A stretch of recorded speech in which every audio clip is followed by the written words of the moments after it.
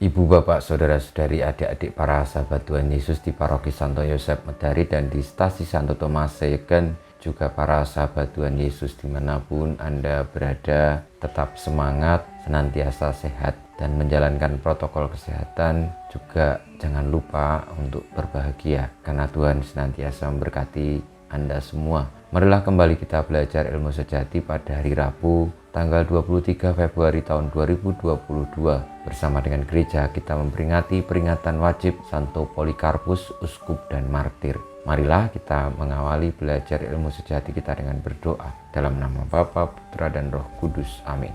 Allah Bapa kami, pencipta alam semesta, Santo Polikarpus, uskupmu, kau muliakan menjadi martir. Semoga berkat doa permohonannya, kami memperoleh bagian dalam piala Kristus dan bangkit pula bagi kehidupan kekal. Dengan pengantaran Tuhan kami Yesus Kristus, Putramu, yang hidup dan berkuasa, bersama Dikau dalam persatuan Roh Kudus, Allah sepanjang segala masa. Amin. Sahabat-sahabat Tuhan Yesus terkasih, marilah kita belajar ilmu sejati dari Injil Yesus Kristus menurut Markus bab 9 ayat 38 sampai dengan 40.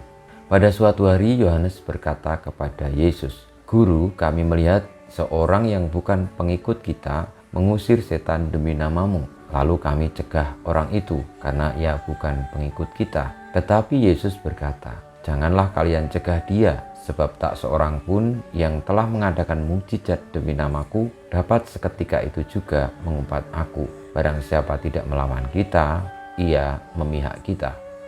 Demikianlah sabda Tuhan, terpujilah Kristus.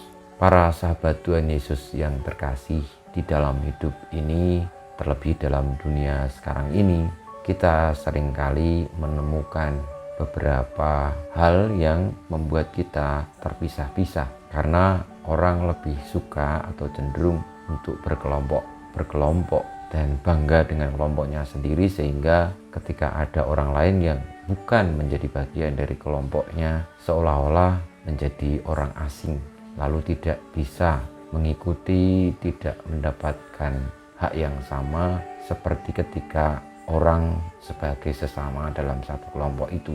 Kecenderungan seperti itu mungkin terjadi juga di antara kita. Persaingan antar keluarga, persaingan antara teman-teman dekat, ada teman yang jauh pula, lalu membuat kita terpisah-pisah.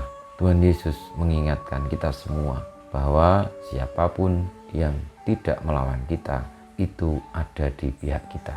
Artinya siapapun dia ketika tidak melawan kita, ya mereka adalah saudara kita, meskipun berbeda-beda kelompok, berbeda-beda aliran dan semacamnya, termasuk berbeda ras, suku, budaya, agama. Kalau tidak melawan kita, ya ia berada di pihak kita. Janganlah kita lebih cenderung untuk memisahkan, tetapi marilah seperti Tuhan Yesus lebih memilih untuk menyatukan meskipun dengan berbagai macam perbedaan. Karena sebenarnya sejatinya manusia itu satu keluarga besar. Tidak ada manusia yang berbeda secara unik.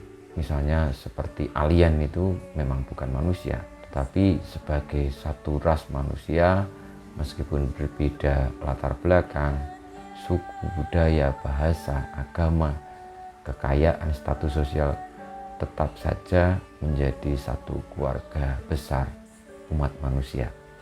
Semoga kita semua senantiasa memiliki semangat untuk menyatukan itu sebagaimana Kristus, karena kita pun tidak diselamatkan sendirian, tetapi bersama-sama sebagai satu keluarga. Kita mohon berkat Tuhan, semoga kita memiliki hati seperti Yesus yang lebih memilih untuk menyatukan daripada memisah-misahkan. Kemuliaan kepada Bapa dan Putra dan Roh Kudus, seperti pada permulaan, sekarang, selalu, dan panjang segala abad. Amin. Ya Yesus, jadikanlah hati kami seperti hati-Mu.